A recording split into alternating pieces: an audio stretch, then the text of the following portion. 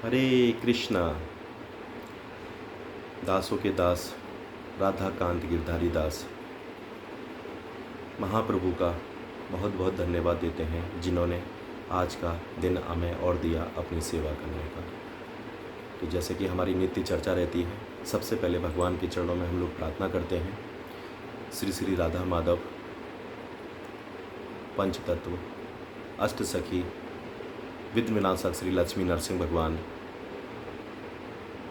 कृष्ण कृपा मूर्ति ऐसी भक्ति वेदांत शिला प्रभुपाद, परम पूज्य गोपाल कृष्ण गोस्वामी गुरु महाराज, समस्त वैष्णव जन, गुरु परंपरा की कृपा से हमारी ये सेवा नित्य होने वाली भगवान की चर्चा, कोई भी काम करें तो नित्य करें तो भगवान विशेष प्रसन्न होते हैं। किसी भी अवस्था हो, कैसी भी हम लोग परिस्थिति हो, हमें भगवान के नाम का सुमिरन, उनका धन्यवाद हमें ज़रूर देना चाहिए। तो उठते ही सबसे पहले क्या, भगवान हमें एक दिन और दिया आपने अपनी सेवा करने का। तो उसी क्रम को हम लोग आगे बढ़ाते हुए सभी भक्तों से यही प्रार्थना करते हैं कि जो मनुष्य जीवन मिला हुआ है, इस जीवन को हमें सार्थक करना है। वो सार्थक तभी होगा जब हम परम पिता परमेश्वर, ब्रह्मांड के नायक भगवान कृष्ण की सेवा कर सकें। कि बहुत ही सौभाग्यशाली ये जो मनुष्य जीवन मिलता है, इसको हम लोग अगर भगवान की सेवा में नहीं लगाएंगे तो हमारा ये जीवन व्यर्थ ही जाएगा। हम लोग काम, क्रोध, लोभ और मोह के चक्कर में नित्य भागम भाग लगे हुए हैं, लेकिन क्या हो रहा है, पूर्ण रूप से हमें संतुष्टि नहीं मिल पाती। तो संतुष्टि तभी मिल पाएगी जब हम अपने घर पर अपने भौतिक माता पिता की सेवा करेंगे। सबसे पहले हमें उन्हें खुश करना है और इसके बाद परम पिता को खुश करना है। तो तभी सब खुश हो पाएंगे जब हम उनकी सेवा करेंगे। तो उसी सेवा के लिए दासों के दास आपसे प्रयास यही करते हैं, भगवान की सेवा करिए, सेवा करने का मौका लीजिए और अपनों से प्रयास करिए कि हमें उससे अगर जाने अनजाने में कोई अगर हमसे क्या हो रहा हो, कोई अपराध हो रहा हो, तो भगवान हमें माफ़ करें, हम परमपिता की सेवा करना चाहते हैं। तो जैसे कि हम लोगों ने कल चर्चा करी थी भगवद गीता पर, भगवद गीता को जितने बार भी हम लोग पढ़ेंगे उसका नया सार निकल कर आएगा, कुछ ना कुछ हमें अलग से और सीखने को मिलेगा। तो यही क्रम होता है, उसी क्रम में हमें पढ़ाई में सीखना है। हर जगह नित्य हमें कुछ न कुछ, अगर दिन नया वाला उसमें कुछ न कुछ सीख मिलनी चाहिए, कुछ न कुछ हमें नया मिलेगा, तो उससे हमें सीख मिलेगी। तो हम लोगों ने कल चर्चा करी थी भगवद गीता पर, जो हम जितने बार भी पढ़ेंगे उसमें क्या होगा, हमें कुछ न कुछ नया सीख मिलेगी, नया सीखने को मिलेगा। तो जो चर्चा थी हमारी योग, संयोग और वियोग,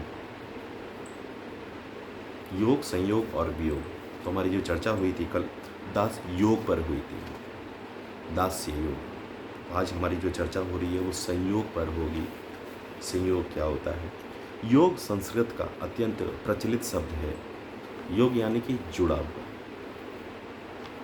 यहाँ तक कि इसे अंग्रेजी शब्दकोशों मैंने भी स्वीकार कर लिया है। योग शब्द यजु धातु से आया है, जिसका अर्थ है जोड़ना।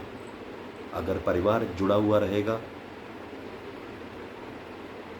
कहीं ना कहीं किसी न किसी संस्था से, गुरु की बताई हुई कृपा से, जो भी उन्हें शिक्षा आपको दी है, आपको जो एक आदेश दिया हुआ है, हमें उन्हें गुरु को भी खुश करना है, तो जुड़े रहना कहीं ना कहीं हमारे लिए क्या होगा, फ़ायदेमंद ही रहेगा, आपको कहीं ना कहीं फ़ायदा ही पहुंचाएगा। इसलिए हमें किसी न किसी वर्ग से, कहीं न कहीं अपने माता पिता से, हम अपने कहीं न कहीं परिवार से हमें जुड़े रहना चाहिए।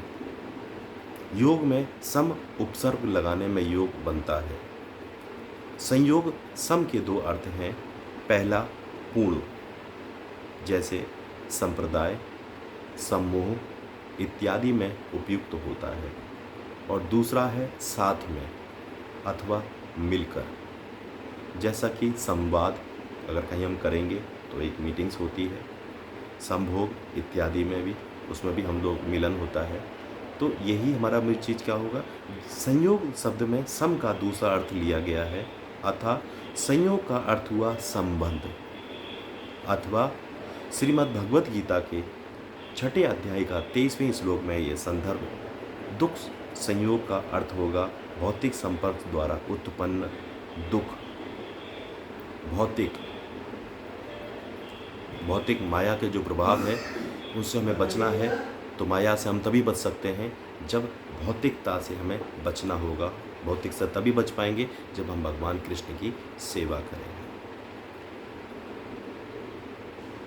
सबसे इम्पोर्टेंट चीज़ लिखिए, भौतिक संपर्क द्वारा उत्पन्न हुआ दुख। दुखों का कारण क्या है?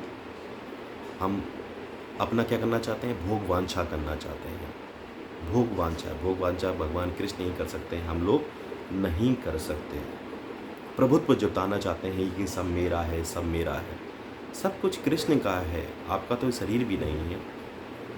इसलिए भोग वांछा भगवान कृष्ण ही कर सकते हैं, हम नहीं कर सकते। हम उस काबिल भी नहीं हैं, हम उस पर हमारी बिल्कुल भी इच्छा भी नहीं होनी चाहिए।